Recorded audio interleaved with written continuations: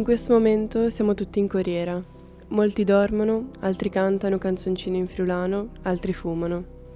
Siamo ormai arrivati a Venezia e questo significa che tra poco più di un'ora saremo ritornati a Udine, al Marinelli. Questa gita è quasi finita e non posso fare a meno di ripensare e riflettere sull'avventura appena vissuta. I 1000 luoghi visitati che pensavo avrei visto solo sui libri di scuola, il mare molto più trasparente di quello di Lignano, il cibo di Roma.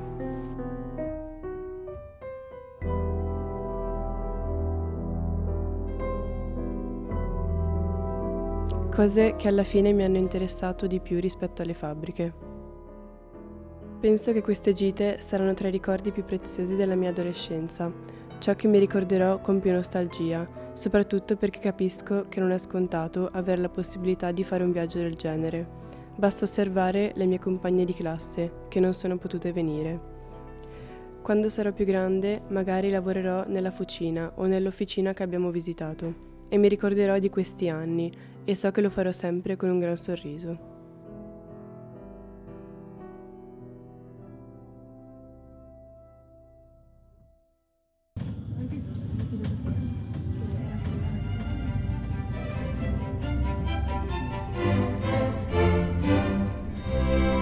Giunse al fine il momento che godrò senza affanno in braccio l'idol mio.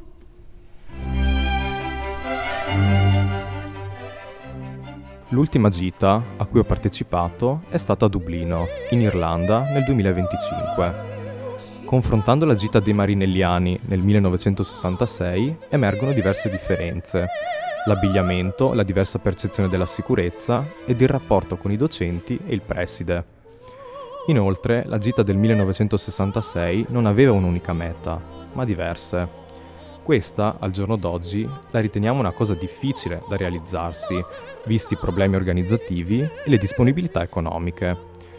Infatti, gli studenti sono partiti da Udine e sono arrivati fino in Basilicata, passando per diverse città, come Roma, Bari, Metaponto, Cesenatico e Termoli. Un altro aspetto che ci ha colpito è il fatto che all'epoca non esisteva alcun tipo di dispositivo elettronico, pertanto ci si divertiva con poco, c'era maggiore creatività e soprattutto le relazioni erano più autentiche.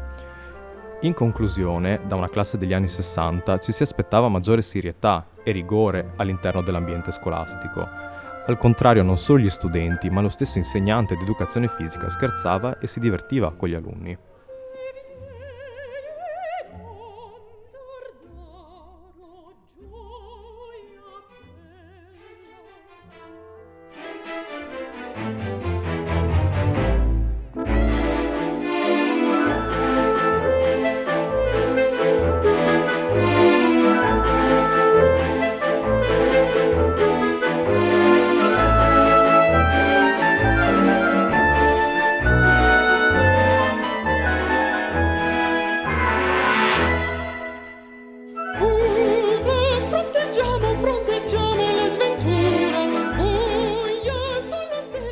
Mi chiamo Pierpaolo, ho 18 anni e presto finirò gli studi.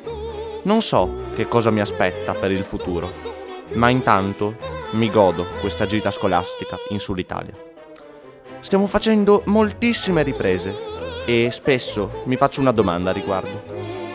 Abbiamo il piano di creare un vero e proprio film o documentario con il materiale delle registrazioni e mi chiedo chi lo guarderà in futuro. Se il nostro filmato verrà conservato, sarà oggetto di intrattenimento per molte generazioni successive alla mia, non solo per i miei coetanei e gli studenti che frequenteranno il liceo Marinelli nei prossimi anni, ma anche per i miei figli e nipoti, se avrò l'onore e la fortuna di averne. Che cosa potrebbero pensare questi giovani, così lontani nel futuro dal nostro punto di vista?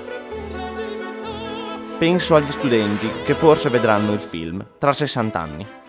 Siamo nel 1966, quindi del 2026. Se per quell'epoca la scuola esisterà ancora, avrà superato i 100 anni di età. Chissà come si vestiranno i ragazzi per andare a scuola ogni giorno. Chissà se avranno superato i vestiti eleganti con giacca e cravatta. e chissà come andranno in gita. Forse in treno, forse in aereo, in posti ancora più lontani. A volte mi capita di sognare il futuro come un'utopia, in cui le gite sono totalmente diverse, forse più libere. Si visitano parchi strani in cui ci si arrampica per vivere avventure, indossando sempre delle corde di sicurezza o qualcosa di simile. Si visitano mostre d'arte, in cui artisti e architetti espongono installazioni con cui sprigionano la loro creatività. Che follie che si inventa la nostra mente di notte. Infine, mi chiedo che cosa saremo noi per gli studenti del 2026. Forse non ci saremo già più, saremo stati dimenticati e le immagini del film saranno l'unica cosa rimasta di noi. Che angoscia che mi viene al pensiero. Allo stesso tempo, sono certo che, grazie a queste riprese, la nostra memoria resterà per sempre e, anche se solo come buffi personaggi che visitano un'industria o come ragazzi di cui inventeranno storie e pensieri assurdi, noi ci saremo e saremo utili ai giovani che magari vivranno il loro 4º anno di liceo e i loro 18 anni con la stessa spensieratezza e la stessa curiosità di cui noi godiamo oggi.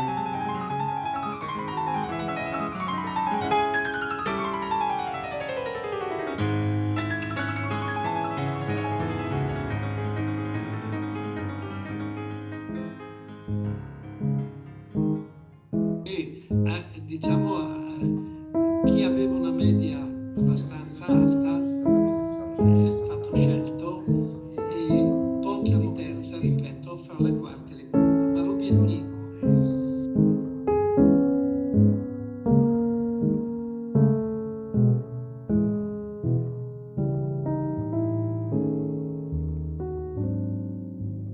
Le riprese della gita ci concedono di vedere come erano veramente i ragazzi dell'epoca, soprattutto per il fatto che ogni video è stato girato dai ragazzi e ciò ci lascia vedere quanto erano simili a noi pur vestendosi in modo completamente diverso.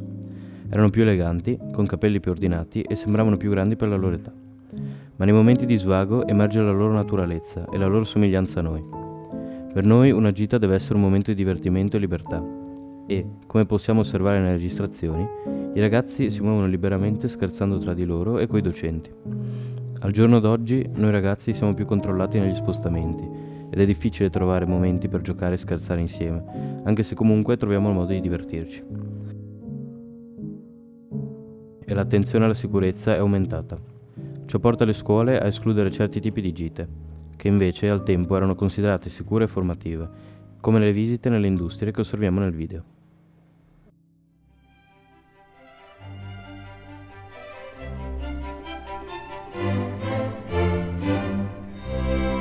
Giunse al fin il momento che godrò